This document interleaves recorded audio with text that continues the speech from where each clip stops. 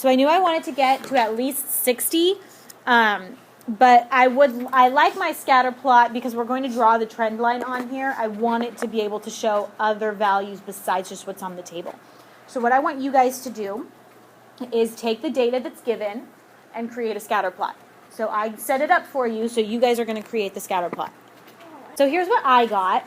It looks pretty linear, right? But not exactly, right? So it shouldn't be exactly lined up.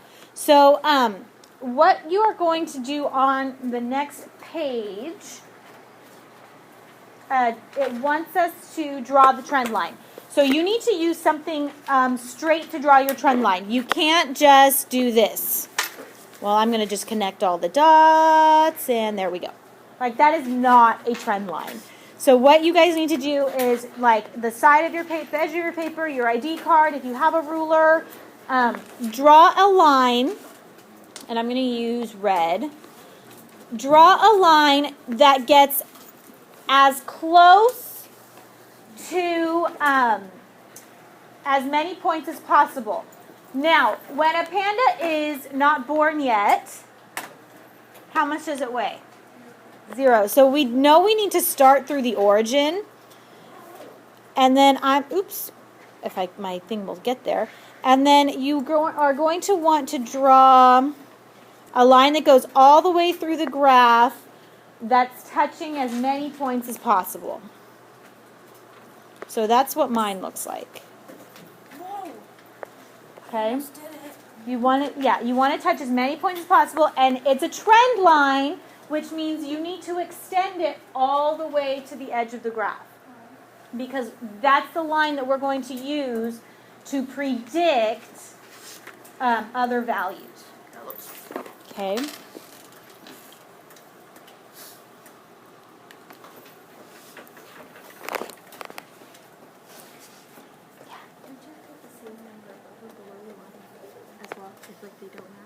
So Lily brought up a great point. Something that you want to try and do is try and get the same number above and below the line, if you can, and that will give you the best match. So I have 2 below here, and I have 1 above, and this one's almost above. So you just are trying to get it as close as possible, so as in the middle as you can. Okay? And a good rule of thumb is the same number above and below. Trying to touch as many as you can with a straight line. Okay? So what we're going to do, I'm going to have to exit this to go down, is find the equation of the trend line. So we're going to need to pick 2 points from the table to use to find our slope. Now, I'm not going to be super picky about this. Some people get really, really picky, but if you can show me that you understand the process, that's good enough for me. But when I am looking at my line of best, or my trend line, I'm going to try and pick points that are touching that line. So I think I'm going to use, and I'm going to circle them, probably this one. So 8 and 37.9. And the other one that it's pretty close to touching is 3. So I'm going to, on my graph, I'm going to use that one. So, but really, I'm not going to be so picky that if you don't pick the points that I am thinking you should pick, I'm going to mark you down. You just need to be able to show me that on your trend line, those are the ones that are closest to the line. So those are the 2 that I'm going to pick. So to find the trend line, first we need to do slope formula. So I picked my 2 coordinates. That's step 1. Step 2 is to use the slope formula. So slope formula, y1 minus y2 over x1 minus x2. So my slope is going to be, I'm going to pick the bigger number, so 37.9 minus 12.5 over 8 minus 3. Okay, so let's do that really quick. If you picked a different point, that's okay. There's no right or wrong. And actually, I have picked, those points are different than the ones I had originally picked when I made my answer key, so I have to redo it. I picked the 54.9. Yeah, and so as long as you're showing your work and I can tell what you did, you'll be fine. So 25, on mine, that's 25.4 over 5, which gives me a slope of 5.08. If you picked different points, your slope might be different. When I did this originally, I used the point 4 and 17.1, and then 37.9, and I got a slope of 5.2. So those are pretty close, but your slope should be somewhere around positive 5 point something, okay? As long as you're showing your work, that's okay with me if you pick different points.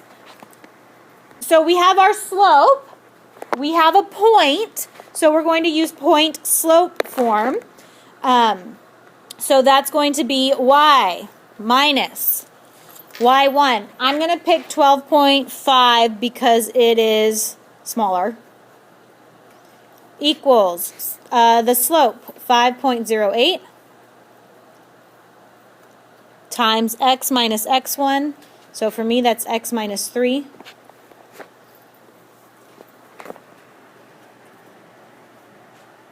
And then we're going to distribute. So when I distribute, that gives me y minus, because we want to put it in slope-intercept form. So y minus 12.5 equals 5.08x minus 15.24. We're still not in slope-intercept form, so I'm going to add 12.5 to both sides.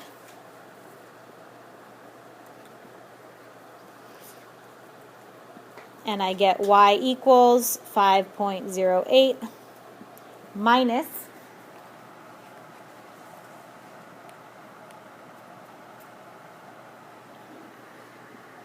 2.74.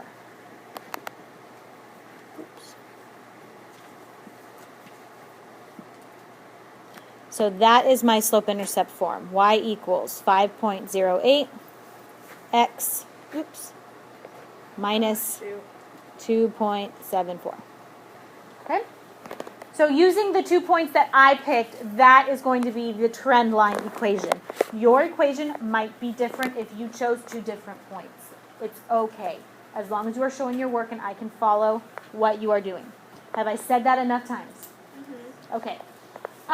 So then the question is to estimate the weight of a 7-month-old panda. Is 7 months in our range or outside of our range? In our range. So that is called what? It's not extrapolation. Interpolation, because it's inside our range. So that means that I'm going to plug in 7 for what value? For x. So using the equation that you got, you are going to plug in 7 for x. So for me, that's 5.08 y equals times 7 minus 2.74. So 5.08 times 7 gives me, and I didn't give you guys a lot of room, I'm sorry, 35.56 minus 2.74.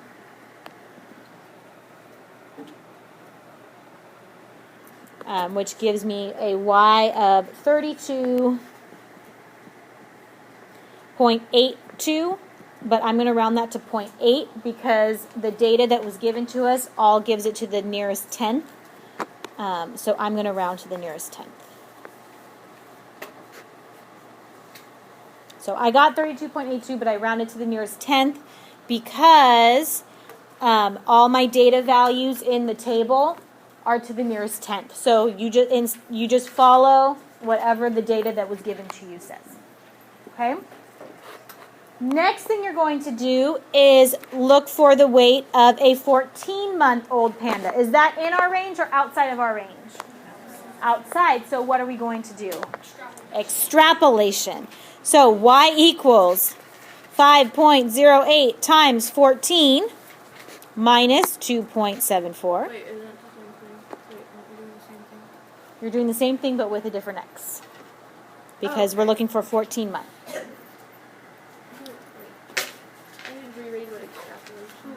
Extrapolate means that we are looking for a value outside of the range.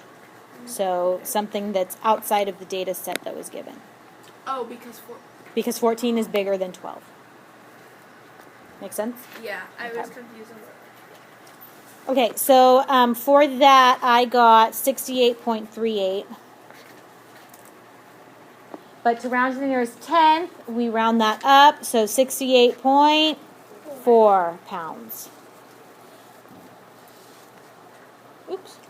If the trend continues. Now, will that trend continue for the entirety of the panda's life? No. So if I asked you to find the weight of a panda that's, I don't know, 112 months old, you're going to start getting these giant numbers. And will those make sense? No, because eventually once you reach adulthood, it starts to level off. Okay? So whenever you are extrapolating, you also want to make sure that you are thinking to yourself, does this make sense? Okay? Use common sense. So let's talk a little bit about the correlation coefficient, and then we'll talk about correlation versus causation. Every time I can't take that correlation in. Okay. So remember, we talked about correlation, and that our correlation coefficient, which you can calculate, we're not going to make you do that, tells you how tight the data is to the line. So how close that trend line actually is to the rest of the data. The stronger the correlation, or the closer the data points are to forming a straight line, the closer the R value is to positive or negative 1. That's what that plus or minus means. Okay? Remember, negative 1 does not mean that it's bad. It just means that the data is going down, or as one increases, the other decreases. So a negative correlation is not a bad thing. So on your test, on your quiz, on your homework, basically what you guys are going to be given, until I start asking you to do it on the calculator, because the calculator will do this for you, is to estimate what the correlation coefficient is. So let's look at this first graph. I only give you 4 options. Positive 0.9, negative 0.9, positive 0.09, and negative 0.09. I can already eliminate 2 of these answers. Why? Melody, what do you think? If they're positive, but does the graph here show a positive correlation or a negative correlation? Negative. So cross out 0.9 and 0.09. We know those are not options. So then the question is, how close are these to forming a line? Do these points look pretty linear to you?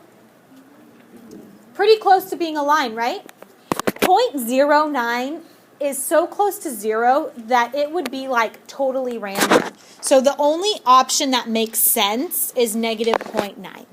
Okay? So negative 0.9, because it's going down, there's a negative correlation, but those lines are, or those points are pretty close to forming a straight line. So the correlation is pretty strong. So it's going to be 0.9. If I give you a correlation coefficient of 0.99, that's like everything's almost lined up exactly, okay? But 0.9 is very, very strong, and we can tell because these points are pretty close to forming a line, right? So the tighter they are to forming a line, the closer to 1 your correlation coefficient is going to be. So let's look at the middle one. Everything is in 0.7, 0.07. So first of all, Is this a positive correlation or a negative correlation? Positive. So I'm going to cross off 0.7 and 0.07.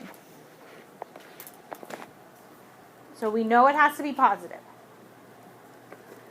So then my question to you is, do these points look pretty linear? No. What? Pretty close, right? So what we have to think about is, these are 0.7, 0.07. 0.7 means that it's forming kind of a straight line, but there's a little bit of variation in there. 0.07 would still be like all over the place. So what do you think the correlation coefficient is going to be? 0.7. Because I can still see that this is kind of trending towards linear. Okay? You're only ever going to pick 0.0 whatever if it's like really all over the place. Like the next one. So let's look at the next one. First of all, 1 means that they form a perfectly straight line. So do you think this is a correlation coefficient of 1? No. The next option is positive 0.5. That's like right in the middle. A positive 0.5 would be, you could still definitely see the positive correlation, and the data might be a little bit off, but it's still going to kind of be trending upwards because it's sort of in the middle. If I look at this one, these look completely random to me. Does that look completely random to you? I don't even see a positive correlation, if I'm being honest with you guys, because look at number at x equals 7. Did my y value go up or down at x equals 7? Down.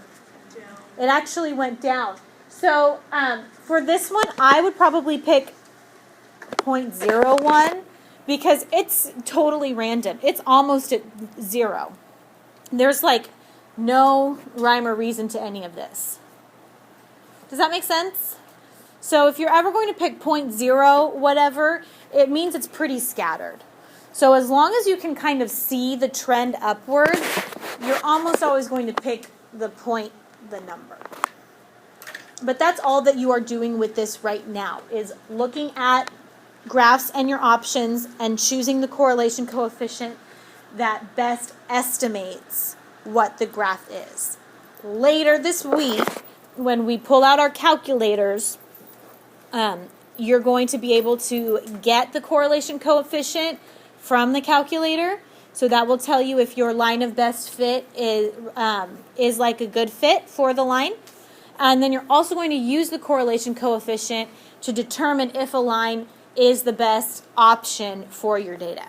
Okay, so that's coming up later. So the very last thing I want to talk about is causation versus correlation,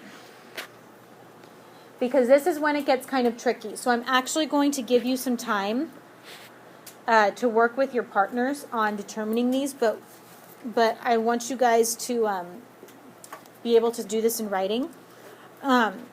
What you're going to do is, I give you 3 situations.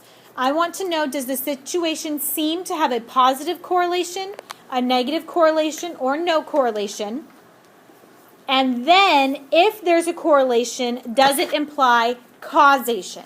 So just because something has a correlation does not mean you can assume that one causes the other. So we're going to do this first one together because it actually ties into your project. A person's height and their shoe size. First of all, talk with your neighbor. Do you think those have a correlation? Yes or no?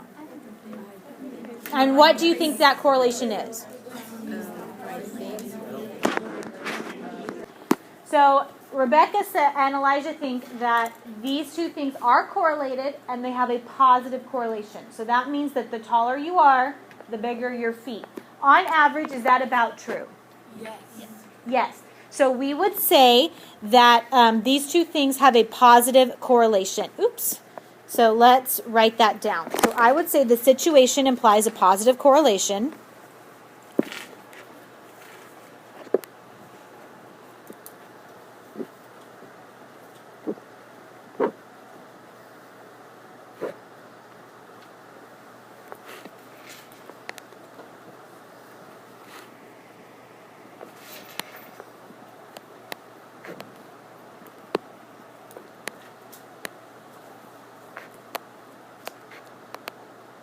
Now, obviously, there are exceptions to the rule. So there are really tall people with really tiny feet. There are people like me, short people with bigger feet. So that tends to be the general correlation, but obviously it does not always happen. But now I want you guys to think. Does your height cause you to have big feet? Who says yes? Who says no? Okay, I would agree. So I would say, but not causation.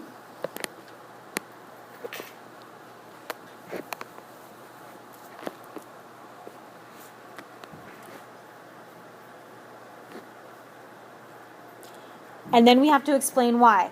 Because, oops.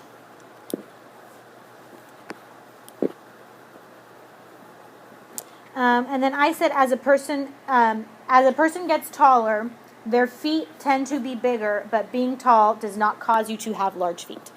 So I'm explaining why it's a positive correlation, but why I do not think it implies that one causes the other.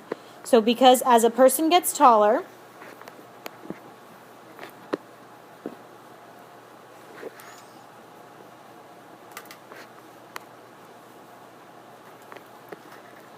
their feet tend to get bigger.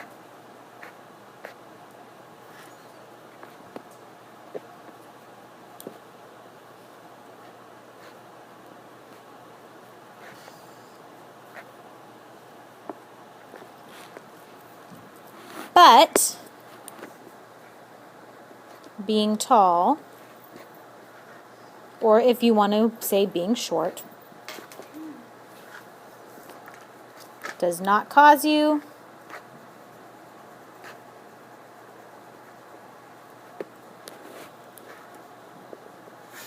to have large feet.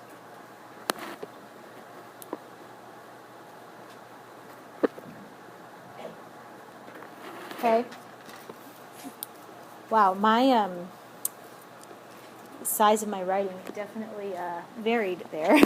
Sorry.